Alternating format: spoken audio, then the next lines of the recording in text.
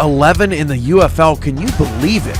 Chicago traveling to Wichita, trying to turn their season around. 2-7 to start. Wichita 5-4, snapped their 4-game losing streak last week.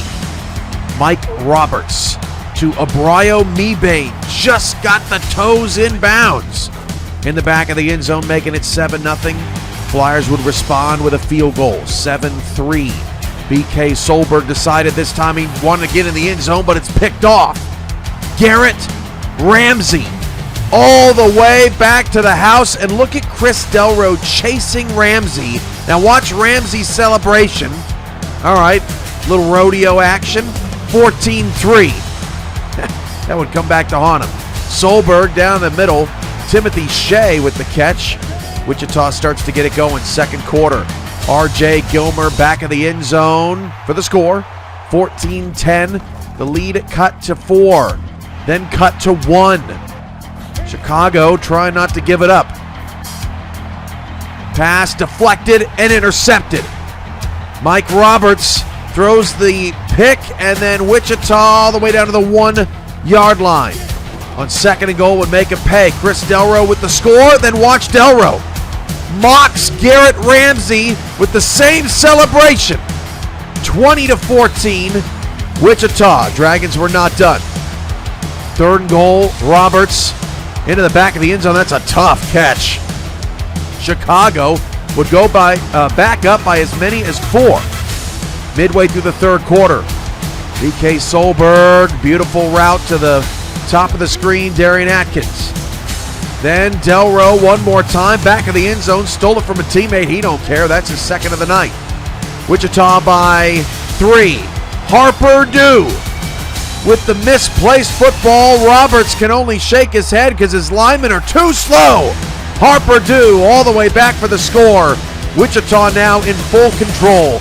34-24. Chicago in desperation mode. Finally gets a touchdown, but could not get a stop. 34-31. The Flyers hold on to beat the Dragons and improve to 6-4. Another team in the playoff hunt in the Eastern Conference, the Charlotte Royals.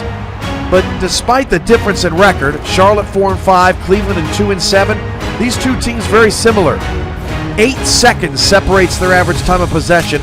Both their quarterbacks have been sacked 32 times. That's 5th most in the league.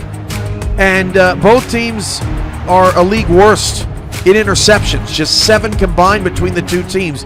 5 field goals combined between the two teams in the first half. But in the second half, this was the difference. Punt blocked by Sean Griffin, the unclaimed free safety, returned back for a score. On the next possession, Charlotte up 16-6. Cleveland has to punt. It happened again. Sean Griffin makes UFL history. Charlotte is the first team to block 2 punts in a game, and Sean Griffin got both of them. Well, now this game is falling apart on the Bandits. 23-6. Cash Carter over the middle. Isaac Cover trying to get something going, anything going.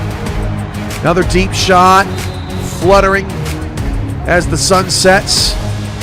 Cleveland just about to be 2-8. Deep shot to the sideline. That's caught by Randall. And 3rd down and 1 for Covert. Delivers in the back of the end zone to Randall once again. So 23-13, maybe it's not done after all. 30 seconds, Cleveland's got to pick up the pace. Covert, deep shot down the field. Hauled in double coverage. Okay, maybe Cleveland's not done. Too bad there's only 2 seconds on the clock and time has expired. Pass caught, but Cleveland falls 23-20 despite not giving up an offensive touchdown. They lose the game in a very unique fashion. 2 punt block touchdowns, the difference. LA at Albuquerque. Was that a lateral? You be the judge. Refs ruled it a backwards pass, so Albuquerque picks it up. You know what they did on the next drive? 3 plays, no yards, and a field goal. Albuquerque's defense, tried as they might tonight, were no match for Los Angeles' defense, best in the league in 3rd down defense, passing efficiency, and apparently field goal kicking. although they did miss a 49-yarder later in the game. 3-3. Watch this wheel route from Isaiah Fowler. Fooled the corner, and 67 yards, bye-bye. Los Angeles takes a 10-3 lead. That would look insurmountable on this night for Albuquerque. Field goal for LA is good, 13-3 Los Angeles. And it's Marco Swift. Down the field, caught. Lars Bazar, making everybody look too small. 3rd and 8, Albuquerque a moment to get off the field. They cannot. Fancher the second with the catch. 1st and goal, Swift. Fancher one more time. 20-3 Los Angeles. This game was not pretty. It was under the lights, but it probably didn't deserve to be there, at least not the way that Albuquerque played. Robert Martin-Jones with that catch. He had nearly 200 yards receiving last week. Only had a few grabs in this one. 20-6, LA adds a field goal, makes it 23-6. They'd add another to make it 26-6. Marion Turner with 2 interceptions, Michaela Foraker with 2 sacks, and LA sets a UFL record holding Albuquerque to 129 yards. They average just 3 yards a play. Aztecs all over the Atomics. Albuquerque falls to 4-6. LA now 7-3.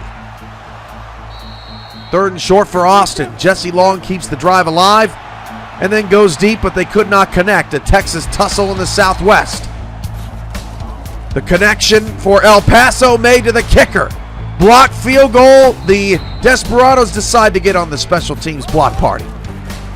Scoreless still in the 1st quarter, and Jordan Herrera gets going. You know, Jordan Herrera 2 weeks ago said he wanted to be more involved in the offense. Last week he had just 2 grabs. That would not be the case today.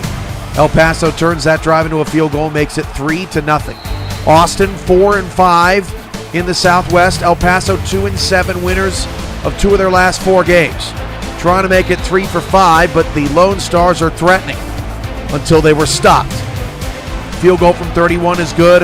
That would be a common theme for Austin on the night. Unfortunate for the Lone Stars. Mike Woodstone had it going on early, but they went away from him late. That was his 11th carry of the game. He finished with 15. Austin's field goal is good, 6-3. 3rd quarter now. Elliott Pope Jr. showing everybody how to roll out. Caden Varley with the catch. Another rollout. Pope finds Jordan Herrera, and this was about the moment that Jordan Herrera took over this game. First touchdown of the game goes to Herrera from 3 yards out. 10-6 El Paso.